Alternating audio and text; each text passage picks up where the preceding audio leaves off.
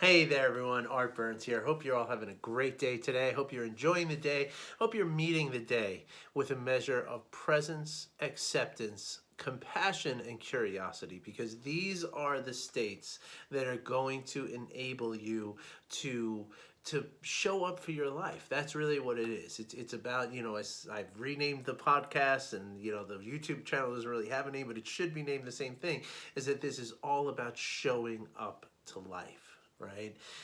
As we become more present with what we're going through, right? And as we accept what we might call the as-is-ness of what we're going through, and we can lead ourselves through these experiences, this as-is-ness of life, with a measure of compassion and curiosity, well, then there's really nothing left that's going to create any kind of suffering for us, right? Like, that's where all the suffering comes from, is either not being in the present, right? Thinking too much about the future things that might be happening, or thinking about the past and how I got here and all the mistakes I made and how horrible and all that, right? Not accepting what is happening, right? Saying, no, no, no, this is not good. I had this vision of how this was going to happen, and this isn't it, so this is bad, right? And labeling it as bad instead of just accepting it, neither as bad nor good, but just as it is, right? And then, when we don't have compassion for ourselves and others, right? When we think that people are just, people are doing things that are annoying, that bother us, that are cruel to us, that are unfair, all of these things, right? When we practice compassion, we kind of pull the veil off of all those thoughts and realize that people are just doing what they think they need to do for whatever reason, good, bad, or indifferent, right? It's what they feel they need to do. And so therefore, I don't have to feel, animus about them. I don't have to feel I don't have to feel resentment. I don't have to feel anger. I don't have to feel any of these things that cause me suffering, right? And then finally, curiosity, right? Anytime that we can bring curiosity to our experience, right? It does away with things like resentment or non-acceptance, or the inability to let things go. I mean, all those things, just by applying curiosity, right, means that we don't feel those things, right? If we apply curiosity, then we're wide open.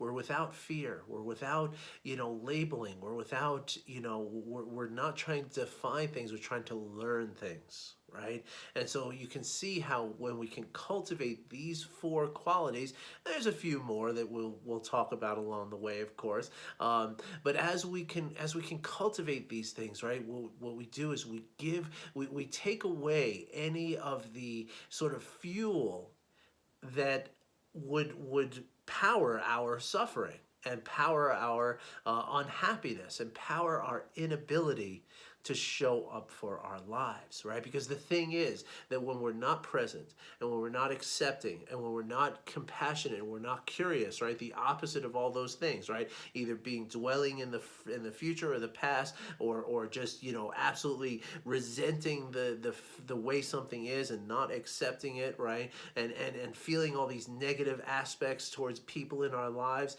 and not having any curiosity about it, right? Going into life thinking like we know what is up, and that's what's the deal, and so there's no need to be curious, right? When we do these things, what happens is we spend so much time wrapped up and trying to resolve the emotions that come from these aspects of our way of living, that then when our beautiful child, or our beautiful spouse, or our beautiful friends, or even the beautiful coworkers that we have in our lives, right? When they come to us, when life reaches out to interact with us, right? We're not there to do it, right? We're not, because we're so caught up in all this other stuff. And that's why this is all about showing up to life. Right? And so I'm going to tell you a little story here about what I've been doing over the last few days. It's going to help you to understand how we always have these opportunities to do this, right? To show up and to practice this presence, this acceptance, this curiosity, this compassion. Life presents us with so many, pardon me, different opportunities to practice these things and to put them into use. And so I'm going to give you a great example of what happened to me last week. Now, I mentioned it the other day. As you might realize or might not, I skipped a couple of days of recording. On Wednesday and Thursday, I did not do any episodes of my podcast or my videos. I was laid up. I was not feeling well. And I was not feeling well because of a bike accident that I had, a bicycle, right? Not a motorized motorcycle, but a bicycle. But I was in a collision with a car. Thankfully, nothing was broken. I was definitely very sore. I definitely sprained some tendons and ligaments in my hands, and my back has been hurting. I literally landed on my head, so I had a terrible headache for a couple of days. Checked in with myself, made sure that I didn't have any brain injury. I could, I know what to look for and stuff like that. So I knew that I wasn't really, injured per se, like needing hospitalization, but I definitely was not well. Like I was hurting, right? And so for 2 days, I did something that I almost never do, right? Which is I just lied around in bed for 2 days, right? Just nursing this headache and just allowing myself to be still. Okay, now there's a couple of different reasons why I did this. Okay, now of course I am a mindfulness teacher, so this was a very important opportunity for me. But you all could do the same thing, right? And one of the reasons why I was sitting still and allowing myself to really sort of process and be present with the process of my own physical pain, right? Because this is one of those moments that life gives you, right? Life gave me this accident. Life put me into this physical place. Now I had 2 choices, right? And this doesn't have to be, just when you have a bicycle accident, right? This could also apply if you have a toothache, or you stubbed your toe, or you're having whatever issues physically are going on, right? It can be anything from something very minor and seemingly insignificant to something extremely powerful and very significant, right? But the idea is that, most of the time what we think to do, right? We're in pain, we reach for an Advil or a Tylenol or something like that, right? Or a glass of whiskey or something like that to make us feel less pain, right? And there's nothing wrong with that per se, right? Like that's why painkillers are there, right? They're there to help us, feel better, right? So that we can, again, we talk about showing up to life, right? Like if I had a job that I had to be there, I would have had to figure out how to get through it, right? Now that doesn't mean that you necessarily need a pain reliever to go out and do whatever you have to do. You can do anything you want to through the pain, right? Is what I'm trying to say here. Like the pain itself is just your body calling out for attention, right? And so I'm going to be honest with you. And again, I am a mindfulness teacher, so so I'm not the usual kind of person to make this statement, but I have not taken Advil in many years, right? Like I just don't. I would rather be present with the discomfort that I'm feeling. Right? And I'm going to tell you why in just a second, okay? The last time I was tested like this, I actually had another bicycle accident, but it was like 3 years ago, so it's a pretty good ratio, twice in 3 years, that's not so bad, considering that I bike every single day, like 20 miles a day, but so twice in the last 3 years I've had accidents. The one 3 years ago was actually not with another car or another bicycle or anything. It was literally just I was on a very sharp turn and I didn't notice some wet pavement, and I went down so hard right on my left shoulder that I actually broke my collarbone. And I'm talking like I broke it for real. Like you look at the x-ray and it's like my bone, like this bone here looks like this, right? It was like it was broken. And so back then, for the first day or two I did take some ibuprofen, but after that I didn't. I just I realized, just like I went through this time, is that this is an opportunity, right? This is an opportunity for me to attend to my body, right? And to pay that attention to what my body is going through, right? And there's a couple of different reasons why we would do this, right? And number one is the ability to just be present with it, right? And the lessons that you learn when you're present with your pain, right? Again, there's no, it's very, if you can accept yourself being in a great amount of physical discomfort, then there's very little else that you can't accept in your life, right? So that in and of itself is a great opportunity, right? To be able to accept a level of pain.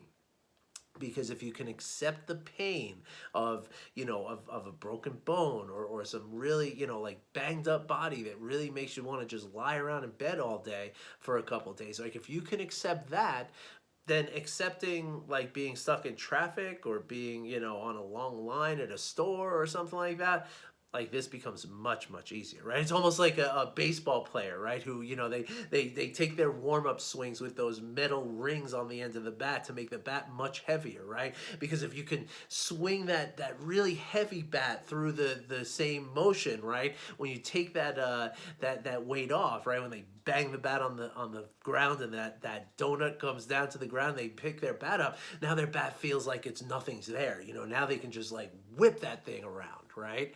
And so it's the kind of same principle, right? Like if you're going to accept when you're in just tremendous discomfort, well, that's like the warm-up thing, right? Like that's putting a really harsh and difficult level of difficulty onto your body, right? And when you can rise above that, right? When you can get through that, right? Now you feel like, wow, yeah, now the rest of this stuff is so easy to let go of and to accept, right?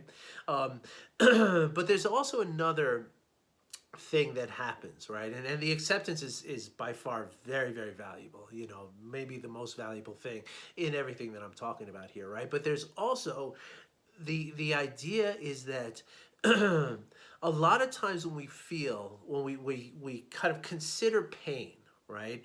We think of it as almost like an emotion, right? Like, or any physical sensation, right? Or even like a thought, right? A lot of times when we turn to our emotions and our thoughts, we have this sensation or this idea, this perception that that the thought that we're having, or the pain that we're feeling, is just this omnipresent thing. It's just like this huge thing, right? This huge pain, right? And there's nothing but pain. The whole world is just pain right now because of what I'm feeling, right? And that's the perception that we have, right? And the reason we have this perception is, there's lots of reasons for it, right? Like when you are in pain, that is a signal from your body that something is wrong, right? And so it's natural for us to pay attention on that level, to feel like oh my God, this is really terrible. This my gosh, this is really so bad that that I need to really deal with this, right? And that's a natural thing, right? However, like so many of the other things that our brain does for us, it's not necessarily real, right? Like the fact of the matter is that nobody dies from pain, right? Like how many of us have had that one hangover when we were younger and we literally thought we were gonna die from it, right? You won't die from that. You might die from alcohol poisoning, right? There's a chance that will happen, but it's not the pain that's going to kill you, right? Nobody dies because of the pain of a broken arm. Nobody dies from any of the things that are, the sensation of pain is never something that in and of itself is harmful to us at all. All it is a sensation in our body that is calling out for attention, right? But that's no different from the pleasurable feelings that we have, right? It's just, and again, this is where we get into in our lives, we have this tendency to label our experiences, right? We label things as good, or we label things as bad, right? But that is just how those things exist in our nervous systems, right? Like pain, we are taught that pain is bad, right? We are taught that when we fall off of a bicycle when we're young children, and we skin our knee and we're bleeding, right? What do our parents do? They put a Band-Aid on it, right? They make us feel better as soon as possible, right? We're trying to regulate ourselves back to feeling good. And again, there's nothing wrong with this. That's what we're there to do, right? However, what we've done then is we've practice this way of labeling that sensation as something that is bad. And in the sense that it is bad, that means that there's nothing useful for it and or useful about it. And the thing that we need to do is to change it back to something good, right? Again, nothing necessarily inherently wrong with this idea, right?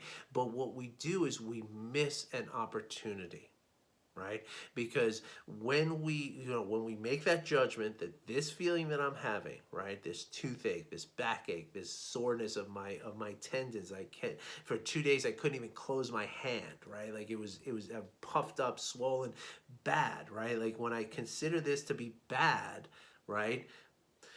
Now all of a sudden, what I'm trying to do, I'm obsessed at a certain point to make it not bad anymore, right? Which means that I'm going to, take an aspirin or an ibuprofen or what have you. I'm gonna, drink some alcohol. I'm gonna, ingest some substance that's going to make me feel better, right? That's going to take it from a bad feeling to a good feeling. But in fact, that good feeling is not necessarily a good feeling, right? It's just somehow the absence of the bad feeling, but that doesn't mean good, right? So for instance, a lot of times when you take things like, say, Vicodin or Oxycontin or any of these, sort of very heavy pain relievers, right? Oftentimes they make you feel worse in other areas, right? Like you get a headache or you get this really weird, stomach malady or there's lots of ways in which you don't feel necessarily good. You just don't feel that bad from the pain that you're trying to relieve, right? But the point is that other pains arise from the medicine itself. It's just not that pain that you were trying to relieve, right? So you can see how this kind of becomes something that we're chasing, right? And of course, this is where, in the pharmaceutical industry, what they do is they say, okay, well, let's give you something for the nausea, or let's give you something for that headache, or let's give you something for this. And before you know it, you're just in this cycle. And so, of course, now listen, there's people who live with chronic pain that I couldn't even possibly understand, much less tell them not to try to relieve that pain, right? So there's lots of people who legitimately need these kind of things, and for them it is worth pardon me, it is worth it to relieve the sort of ancillary pains that come from the medication. So by no means am I trying to make a judgment like that's not good, right? But many times, for most of us, we're not at that level, right? We're not at a level where the pain is so hard that we can't live, right? And so what I did last week and what I'm going to invite you to do now is when you're feeling a pain that, and again, always, right? Pain is something in your body's telling you that something's wrong, okay? So don't ever, ever, ever assume that, okay, I can just put up with the pain. I don't have to worry about it. Go to see a doctor, right? Go get an x-ray, go get a consultation, go see the doctor, unless you know how to self-evaluate. Pardon me. Like I know, for instance, I know the symptoms of brain injuries, right? I know how to test myself for that. I know what to look for, right? And so I knew that I did not have a brain injury. I just had a headache. But make sure, right? Like don't just assume that, okay, well, Art said I can just be strong through the pain. I don't have to worry about the pain, so I'm just not going to. It could be the sign of something that's very, very serious. So do not take my advice here or my invitation to not seek medical evaluation, okay?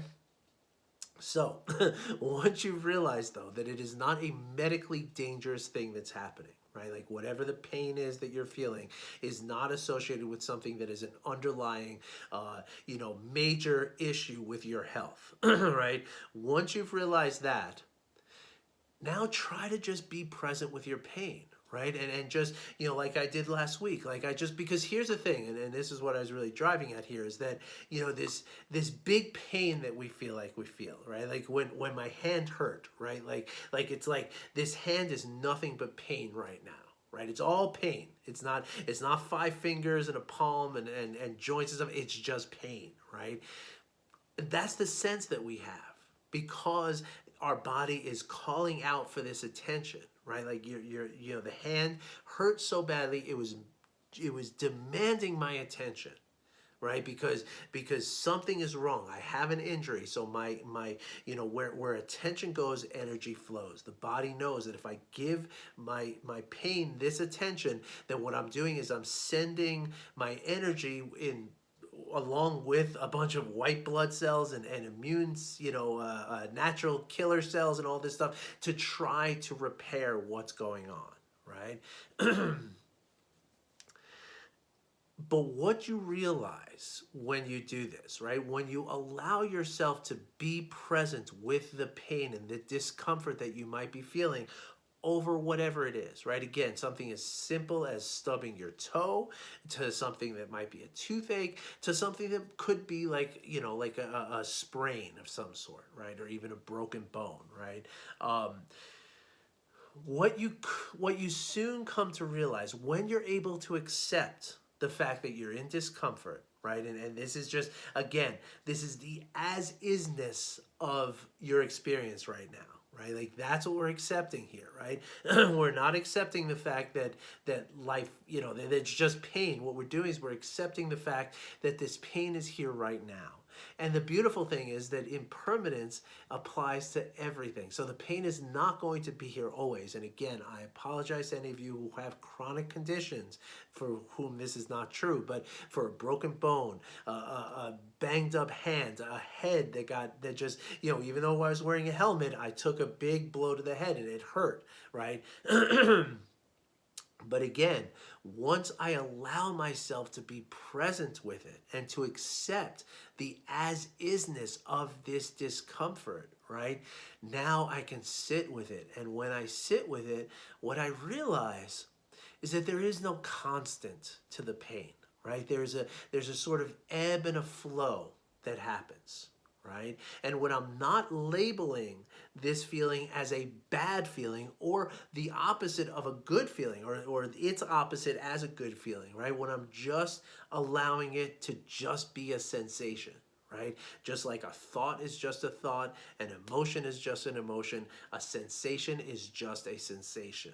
Right? And when I can allow myself to see it this way, what I realize is that there is truly an ebb and flow to the pain that I'm feeling. It's not constant and it's not always there, right? Even in the worst moments, right, of pain, like when I had this broken collarbone, even in the most real painful moments that you feel it, you feel it throb and you feel that it's there for a moment and then it's not there for a moment. And what you realize is that now you can focus as much on the times where the pain is not there as when it is there.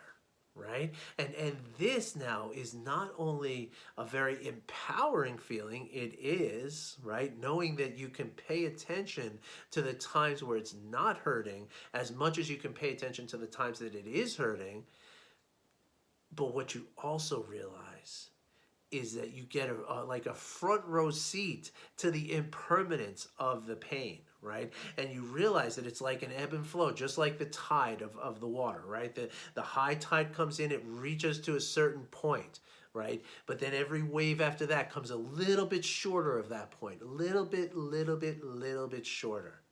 And that's how you can start to feel your body go through this process of healing, right? And again, this is not something that's going to happen if you just reach for the Advil. It's been 4 hours, I'm starting to hurt again, I got to take some more Advil so I don't hurt so much, right? Now again, sometimes it's necessary to take some pain reliever so you can really, if you're not practiced at this, it's hard to be really present with what you're doing because the pain becomes distracting, right? But however, when you do practice, there's no reason why I would have to take the Advil, right? Like even if I had to do so, even if I didn't have the luxury of being able to lie in bed for a couple of days and really allow myself to be present with this process, I could still go to work somewhere and still, it would have been really hard for me to use my hands, but I could have been sitting at a desk and typing probably. I think I could have done that with my hands, right? If I really had to, right? I could have driven somewhere if I had to drive somewhere, and so it's never really necessary to relieve this pain because the pain in and of itself is not a bad thing. right? We're labeling it as bad, and therefore we feel like we need to change it because it's bad. So once we can break through that labeling of our experience, right? And again, it doesn't even have to be just physical pain, right? This can be emotional discomfort. This can be dietary discomfort. This can be, it can also be positive feelings, right? Like the euphoric sense that we get from something, that we label as good. That's also equally as impermanent, as not static or ever present as we might think. It's always got that same kind of ebb and flow to it. And so what we do is we start to learn about the sensations of our body. And as we start to learn about the sensations of our body, guess what we're doing? We're cultivating emotional intelligence, because where are the emotions? The emotions are in your body, right? They're not something that's just a thought of emotion, right? They're embodied, right? And so so when we can get in touch with the way our body feels when it's in pain, or even when it's in great amounts of pleasure, and not try to change anything, right? Not cling to that pleasure and try to push away everything that's going to take away from that pleasure, and not push away from that pain and cling to that thing that's going to relieve the pain. But instead, we just accept the as-is-ness of what it is that's happening. Well, then what we do is we learn about how our body responds to things, and that will allow us to regulate ourselves in the face of very, very strong emotions, very strong physical reactions, very strong thoughts that might be happening, right? We can now regulate. So again, this is just one more example of what Jon Kabat-Zinn calls life being the curriculum, right? Like, life is always going to offer us opportunities to practice and opportunities to learn through our experiences, right?